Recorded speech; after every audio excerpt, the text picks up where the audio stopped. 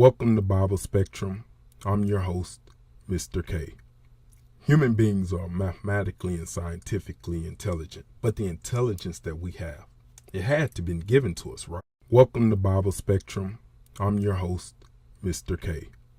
Human beings are mathematically and scientifically intelligent, but the intelligence that we have, it had to been given to us, right?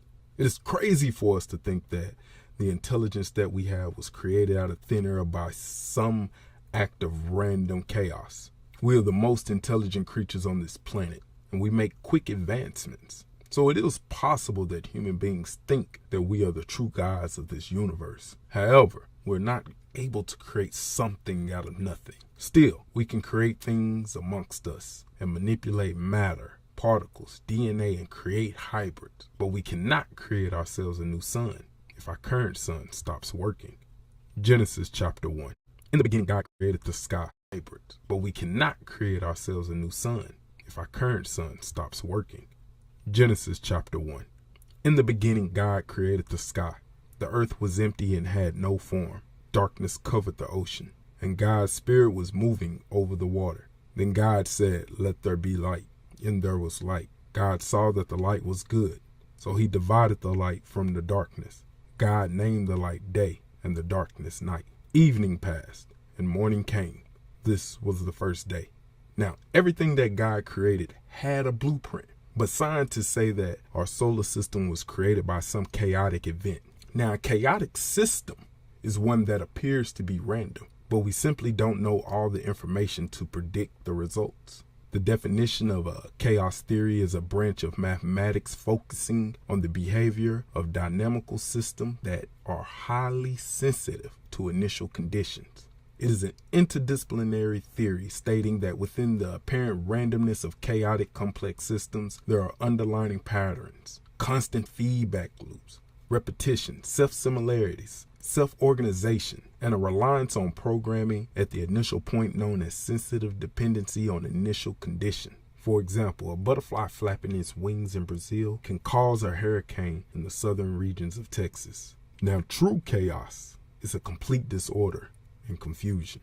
If you throw a grenade in a pile of bricks, how likely is it that it will form a 3,000 square foot brick home?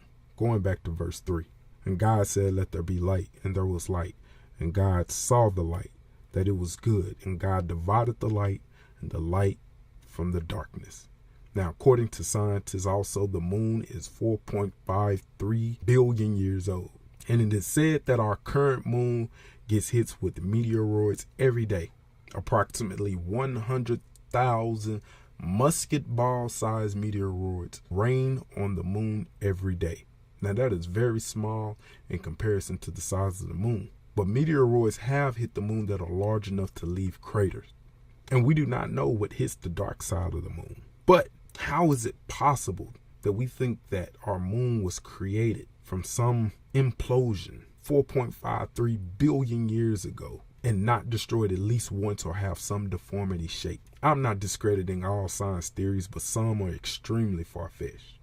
I would be more likely to believe a theory that stated this is our 11th moon in nearly 5 billion years. For instance, Moon Bechazoid was destroyed 3 billion years ago. Moon Lalibezel was destroyed 1.5 billion years after that and merged with a moon called Blue Sauce. And now all of this is hypothetical, but our universe has been working in a harmonious mathematical sequence for quite some time. We know how the moon will look each day. We know the seasons and the positions of the stars, which is stated in Genesis chapter 1, the 14th verse. At the equator, the earth spins approximately 1,600 kilometers per hour or 1,000 miles per hour. And the moon orbits the earth at about 2,300 miles per hour and does a complete rotation of the earth in a little less than 28 days. Everything is systematically designed. The moon, the planets, the sun, all work together for a purpose. Continuing with verse 6. Then God said, "Let there be something to divide the water in two." So God made the air and placed some of the water above the air and some below it. God named the